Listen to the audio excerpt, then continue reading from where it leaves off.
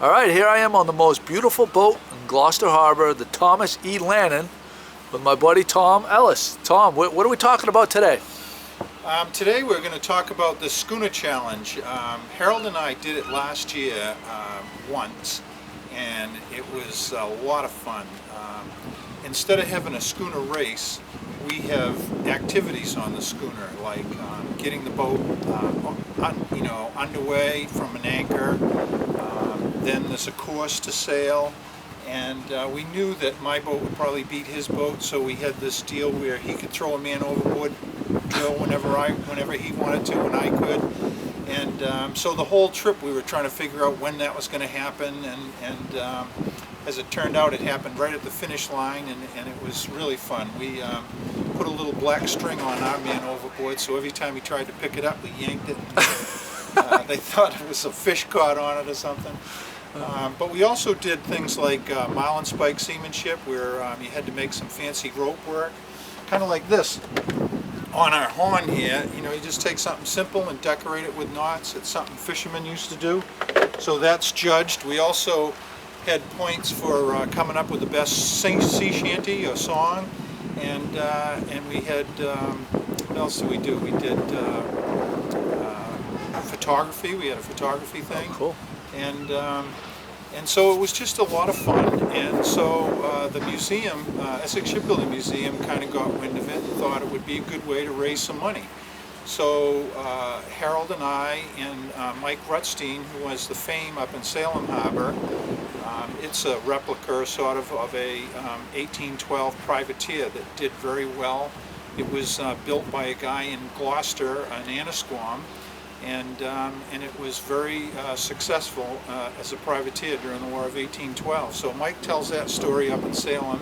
Anyway, he's coming down, and the money that we raise is going to go towards stabilizing the Evelina Goulart, which is an old sword fishing boat. It was sunk in New Bedford Harbor, and they floated it up and brought it as an exhibit to show how the scale that they built these vessels. In mid-1800s, they were building about 55 to 65 vessels this size a year, which is one a week coming out of that little town. Are you kidding me? And when I did not know that. Yeah. One a week of that size? Yeah. And how many people were employed? Well, there were 17 boat yards too. Wow.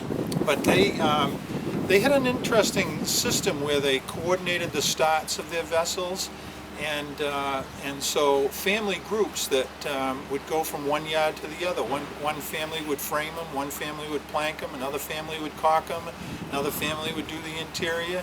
Wow. And that way they were able to just crank out the boats.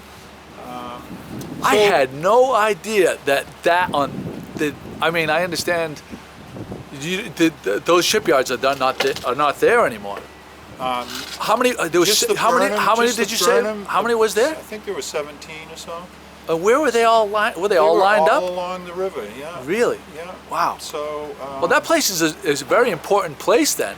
It's a great part of American history that people need to get on the bell towers and yell about, because it talks about a time in American history where we were trying to make the best vessels that we could think to make, with the best kinds of materials and the best kind of workmanship, and they took great pride in these vessels that came out of Essex and sailed out of this town fishing. These Essex-built Gloucestermen were the envy of sailors all over the world. They were the finest, most seaworthy vessels that man could come up with. Wow. And that's kind of why I picked 1903 for the Lannon, because it represents the end of that evolution of all sail working boats.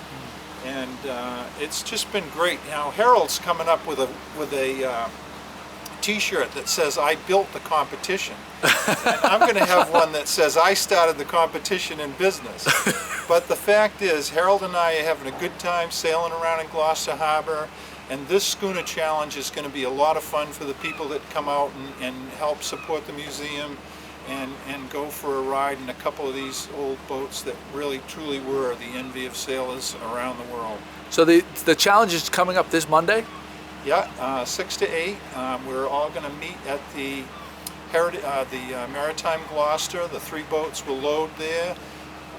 You can contact the Essex Shipbuilding Museum for tickets. I'll make sure I put all the contact information and where people can get more information about it on the website. You can go to my website. We have a link to it, and our website is schooner.org. Yeah. Well, that's great, Tom. I think it's going to be a lot of fun. I mean, anytime you get on the Lannon, I can attest it's the highlight of my year. My family has gone several years in a row, and there is nothing like getting out on Gloucester Harbor.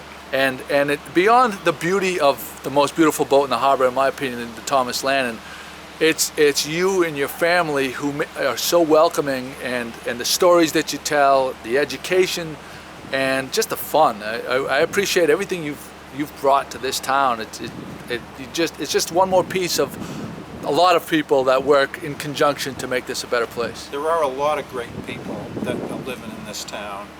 And there's a lot of great people in a lot of towns, but a lot of towns don't have a great blog like you do that kind of bring those good things out.